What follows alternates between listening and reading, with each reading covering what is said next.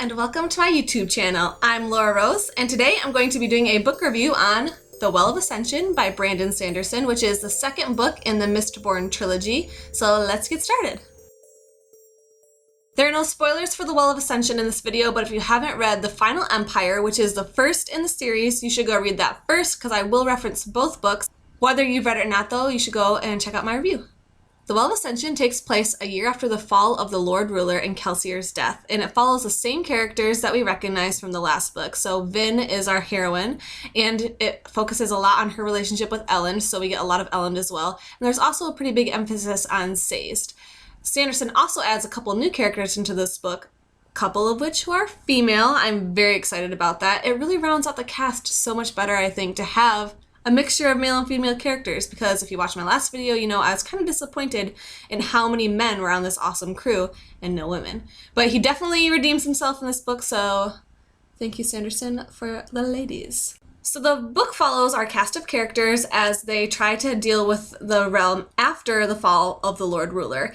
And a lot of things are happening. There's a lot of chaos in the city as they try to figure out the leadership in the kingdom. And also the mists have begun to act strangely. There's a lot of ash falling. It really replicates what we read in the last book, but even stronger. And they're trying to reach the Well of Ascension to gain the power there so they can essentially stop this force from taking over the world. This book has a bigger focus on alchemy, if that's even possible, than the last book. Brandon Sanderson, as always, has an amazing magical system, and I really like the way that he explores the powers a little bit more in this book and kind of shows us that it's more than we think it is. The themes in this book echo the first book, so there's a lot of talk about trust, especially with your family and friends, and Vin has become a very trusting person compared to the person we see in the first book, but in this book she's really pushing that as she tries to learn where her place is in the realm. We also see a lot of talk about faith and religion. Again, Sazed is a big focus in this book, and as always he has his metal minds full of religious knowledge.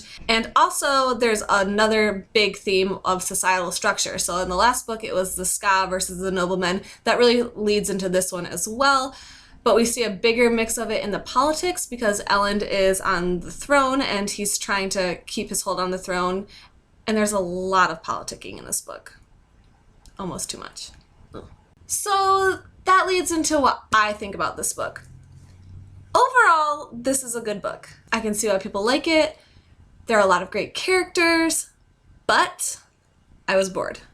I'm not gonna lie to you, I got bored.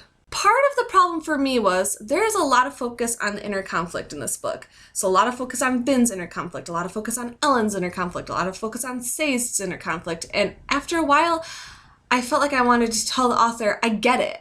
I understand the conflict, and now I need you to start resolving it as opposed to keep drilling it into my head. And I also couldn't really relate to their conflicts, so after a while I just didn't care anymore. It sounds harsh. I still finished the book, I still enjoyed the book, but some parts really dragged for me, especially in the middle. This seems more like a setup book. It's the book right before the last book. Just like in Harry Potter, the sixth book, people don't usually point to that as their favorite, and they're a little disappointed by it because the same reason. You are using this whole book to really get the exposition out, add a lot of layers, and climax up towards the next book, which is going to be jam-packed full of awesome stuff. This one has a climax, it has a good ending, it has an amazing ending, of course, but I felt like a lot of it was him just building up to book number 3. And I actually have started book number 3, and it is just my favorite so far. It's action-packed, it's amazing, I can't put it down, and that is not how I felt about this one. I did have to push myself through this book a couple times. I feel like another problem was there was a lot of emphasis on the politics, and that was supposed to be exciting and suspenseful, but I just didn't really connect with it. So after a while I was just like, okay, I get it, I don't care.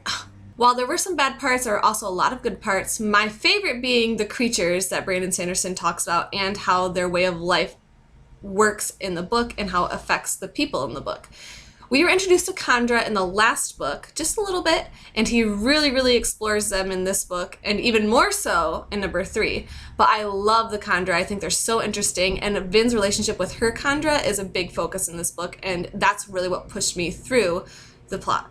He also describes the Colossus a lot more, and they're so gross. I actually wrote ew in my notes when I was reading the book because they're disgusting, but he does it in such a good, creepy way. It really adds to that dark quality of the book. So the creatures are one of the best parts. I would definitely say just read it for the way that he integrates those in with the normal people in the book. Normal being the people who can swallow metal and do magic powers with them. I mean, it's fantasy. I will say it wasn't until part 4 of this book that I was totally hooked and couldn't put it down. But the ending was awesome, totally worth reading. If you're like me and you have a little bit of problem with the book, just keep pushing through it. I promise it gets better, and it's totally worth it just so you can get to number 3, which I really want to stop filming this video so I can put this down and read number 3 because it's that freaking good. So that is my review for The Well of Ascension by Brandon Sanderson, which is number 2 in the Mistborn trilogy. Thanks for watching. Make sure you comment if you've read these books and want to talk about them. Subscribe for more weekly videos, and have a freaking awesome glittery day! Bye.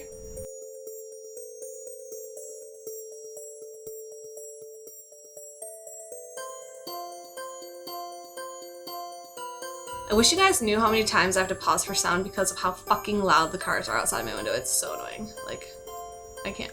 Ugh. Trying to record! There you go. Rude.